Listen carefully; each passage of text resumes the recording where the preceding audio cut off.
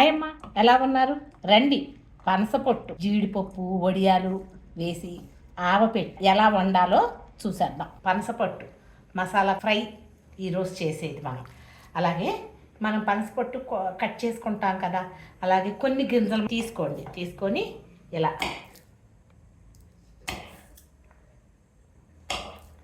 తీసి ఇట్లా పొట్టు తీసేసి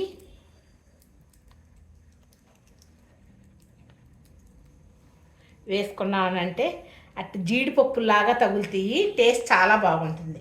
మొదట నేను ఈ పనసపొట్టుని సన్నగా తరిగి ఉప్పు పసుపు వేసి ఇలా నానబెట్టి నలుపు రాకుండా ఉంటుంది. ఇలా ఉప్పు పసుపు వేసుకుంటే సరిపడినన్ని నీళ్లు పెట్టుకోండి. కొంచెం ఉప్పు కొంచెం పసుపు వేసి తరిగి పెట్టుకున్న పనసపొట్టుని వేసేద్దాం. ఒక్క పొంగు రానిచ్చిన తర్వాత జల్లిబొట్టులో వేసుకోవచ్చు. ఒక పొంగు వచ్చిన తర్వాత ఈ పనసపొట్టుని జల్లిబొట్టులో వంచేసేయండి. ఈ పనసపొట్టు ఫ్రైకి ఘనమైన తిరగమాత కావాలమ్మా. ఆ తిరగమాతలో కొంచెం వడియాలు వేయించుదాము. తీసేస్తున్నాను వడియాలు.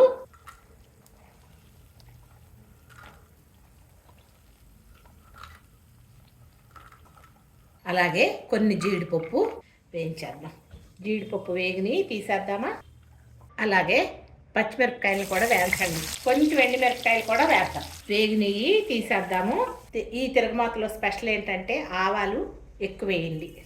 అలాగే మినపప్పు కూడా ఎక్కువే వేయాలి. అలాగే శనగపప్పు కూడా. కూరను సరిపడా మెజర్మెంట్ తీసుకోండి అమ్మా. వేయించుదాం. ఈ కూర టేస్ట్ బాగుండాలంటే ఎక్కువ తాలింపులు, కొంచెం నూనె ఎక్కువ వేస్తే టేస్ట్ చాలా బాగుంటుంది. మనం పులిహోర ఎట్లా తాలింపు వేసుకుంటాం అన్నానికి అలా వేయండి. అంటే ఆవాలు, మినపప్పు, శనగపప్పు కొంచెం ఎక్కువ వేయండి. ఉడకపెట్టిన ఈ పనసపొట్టును కూడా వేసేద్దాం. మీడియం ఫ్లేమ్లో పెట్టి చూడండి, ఇలా బాగా వేయించండి.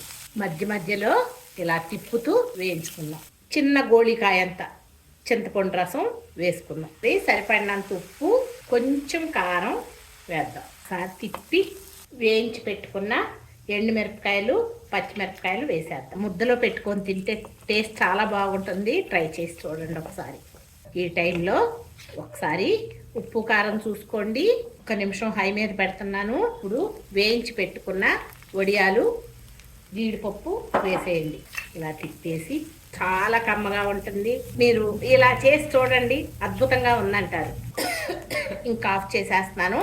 కొంచెం ఆరిన తర్వాత ఈ ఆవపిండిని పోసేద్దాం. చూడండి, చల్లారింది.